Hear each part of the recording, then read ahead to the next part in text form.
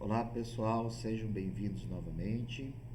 Nós vamos continuar sobre o nosso assunto de riscos e nós vamos falar especificamente agora sobre risco biológico. O risco biológico talvez seja um dos riscos mais frequentes na área da saúde, né? Dado a todas as situações, né, de contaminação, né, infecções e etc. Primeiro, o que é considerado um agente biológico, né? Um agente de risco biológico? Seria todo organismo que, ao invadir, né, um organismo, pode causar algum tipo de doença, algum tipo de patologia. Então, fungos, vírus, bactérias, então todos eles são agentes biológicos, né? E são muito frequentes, né? Todos nós sabemos, são muito frequentes, né, no ambiente de saúde. Quais são os cuidados de biossegurança que devem ser tomados para a prevenção da saúde do trabalhador, né, e da população? Então vamos ver aqui algumas informações que podem nos ajudar. Primeiro, uma coisa importante é que os agentes biológicos eles possuem várias vias de contaminação, né? Às vezes a gente acha que é somente, né, pela parte cutânea, né, pela via cutânea de tocar, né, por exemplo, mas na verdade ela tem várias vias de contaminação, né, por ser micro-organismos diversos, né? Então, nós costumamos dizer que nós temos quatro vias principais, né? A via aérea, via oral, via cutânea e a via ocular. Bom, o que seria a questão da via aérea? Seria através da contaminação que ocorre devido à propagação dos aerossóis, né? O que são esses aerossóis? É quando as micropartículas, né, dos organismos, elas ficam suspensas no ar e elas podem, mesmo assim, contaminar as pessoas. Então, por exemplo, isso é muito comum do vírus, por exemplo, né? Em que a pessoa às vezes acha que você só vai ser contaminado se a pessoa, por exemplo, espirrar em cima de você, não necessariamente, porque aquelas partículas elas ficam suspensas no ar e essas partículas elas são também uma via de contaminação. A cutânea vai ocorrer quando existe, né, uma exposição, né, da pele a esses micro-organismos e pode haver uma penetração, né, da pele em relação a esses micro-organismos no corpo. Isso pode acontecer por um ferimento, um microferimento, né, uma perfuração, né? Aqui, como por exemplo, eu coloquei aqui a imagem, né, de uma pessoa manipulando um instrumento e aí ela se cortou ali, né? Então, pela mucosa da boca, né? Também vai acontecer no caso da via oral também. O que é via oral? Via oral tem a ver com a ingestão pelo sistema, né? Pelo sistema oral, né? Pela boca, né? Então, pelas mucosas da boca. Então, às vezes a bactéria, por exemplo, está presente ali no alimento, está presente em algum instrumento, e aquilo é levado à boca, ou nas próprias mãos, e a pessoa coloca a mão na boca, e isso acaba contaminando a pessoa, né, através da via oral. E aí também pode ocorrer pela via ocular, né, pelos olhos. Então a contaminação da mucosa, né, conjuntiva, né, por exemplo, pode acontecer por gotículas, né, então da própria saliva, por exemplo, espirrar no olho, ou espirrar, a pessoa está fazendo lá, tirando, né, o sangue, por exemplo, pode acontecer de espirrar, né, então tudo a via também é uma entrada, né, as mucosas, né, dos olhos também, os tecidos dos olhos também são vias, né, de entrada. Então, por isso que as medidas de prevenção de biossegurança, né, para os riscos biológicos são as mais extensas, né, dentro da nossa legislação. Bom, como que são classificados os agentes, né, biológicos? Os agentes biológicos, por exemplo, alguns vírus, bactérias, etc., eles têm classificações diferentes. O que é levado em consideração essas classificações? É levado em consideração a questão do risco para o indivíduo, tá certo? E para o risco também para a comunidade, né? Então, a classificação é dividida em quatro classes, né? Classe 1, 2, 3 e 4. E essa classificação, ela leva em conta essas duas variáveis, né? O quanto o agente oferece risco para a própria pessoa que está ali, né, do profissional, e quanto que ele oferece risco para a comunidade. Então, a classe 1 é a primeira classe aí, né? Que são os patógenos que apresentam baixo risco para a pessoa e também baixo risco para a comunidade, né? Então, são aqueles bactérias, né? Lactobacilos, que não tem um risco, né, tão grande para as pessoas nem para a comunidade. Então, a manipulação desses agentes é bem mais tranquila.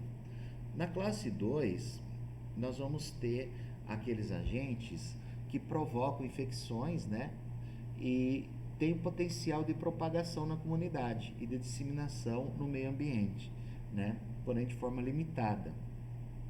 São aqueles que também possuem medidas terapêuticas e profiláticas que são eficazes para combater os efeitos desses agentes.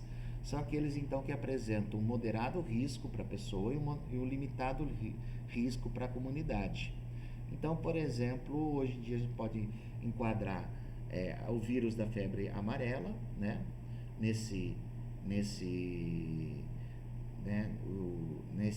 nessa categoria, né, e outros também. Então, para o individual é moderado, porque há tratamento, tá certo? Há um tratamento para isso, e também a profilaxia em relação da contaminação. Classe 3. Na classe 3, nós vamos ter aqueles riscos que são alto risco, aqueles agentes que causam alto risco para o indivíduo e moderado risco para a comunidade. São os agentes biológicos, né, que possuem transmissão por via respiratória, né, que causam patologias humanas, né, ou animais, potencialmente letais, para as quais existem usualmente medidas de tratamento ou prevenção. Representa o risco ser disseminados na comunidade e no meio ambiente, porém podem se propagar de pessoa a pessoa, né? Então, são aqueles agentes onde o risco para a pessoa é grande, porque é uma coisa grave, né? Pode causar uma doença muito grave, e também na comunidade ele pode se propagar, né? Porém, existem medidas de tratamento ou de prevenção para isso. Então, por exemplo, a tuberculose, né? A bactéria da tuberculose é um desses exemplos, né? HIV, né? Também, né? É um desses exemplos, né? Pode haver tratamento? Pode haver, mas nem sempre há um tratamento definitivo, tá certo? Existe tratamento onde a pessoa, né? Por exemplo, o HIV, né? A pessoa, ela tem um tratamento, mas ele não é um tratamento definitivo, né? Ela vai sempre ter que fazer um tratamento, né? E manutenção desse tratamento. O 4 são os agentes com risco grave, né, para a pessoa, né? E também bem grave para a comunidade, né? São os agentes biológicos com grande poder de transmissão por via respiratória, né, ou até de transmissão desconhecida, E não tem medida não há medidas profiláticas ou terapêuticas eficazes para cuidar disso, né? Então, nós vamos ter aí vários tipos de vírus, por exemplo, o vírus Ebola, né, que é um vírus, né, terrível. Então, são os agentes mais perigosos, né, dentro dessa classificação. No ambiente de saúde, estão, né, sujeitos, os profissionais estão sujeitos a todas essas classes, né, de agentes biológicos. E existem protocolos, existem normas para lidar com todos esses tipos de agente, tá certo? Bom, e quanto à exposição, né? Como é que funciona quando há, né, mesmo que haja as medidas preventivas, EPIs, né, protocolos, né, pode ocorrer a exposição em relação a isso, né? No caso dessa exposição, né, ao agente biológico, existem medidas e procedimentos que são específicos para lidar com cada um dos tipos das classes de agentes, né? E aí nós temos também protocolos específicos para agentes, né, determinados agentes biológicos, como HIV, né, e etc. Bom, esses agentes, né, esses protocolos, eles estão dispostos no que a gente chama de PPRA. O que é o PPRA? O PPRA é um plano, né, um programa de prevenção de riscos ambientais, né? É um documento que é elaborado pela Segurança do Trabalho e Saúde do Trabalhador, onde é mapeado todos os riscos envolvidos no ambiente laboral. E também, isso é uma das coisas que ele faz, e uma das outras coisas ele coloca as medidas preventivas, como eu posso me prevenir em relação a esses riscos, quais são também as ações que devem ser tomadas em caso de exposição a esses riscos. Então, o controle de riscos que está descrito no PPRA tem como objetivo, então, eliminar ou reduzir ao mínimo a exposição dos trabalhadores do serviço da saúde, bem como daqueles que exercem atividades de promoção e assistência à saúde, dessa exposição aos agentes biológicos. No caso de exposição, né, então, algumas coisas precisam ser feitas imediatamente. Então, nós vamos ter também a NR 32, né, que vai descrever, né, dentro dos, né, todas as ações para serem tomadas em relação aos agentes biológicos. Ela descreve tudo o que nós precisamos saber ali sobre isso. Uma das coisas importantes é que quando há a exposição, deve ser feita, né, medidas imediatas para lidar com a situação, né?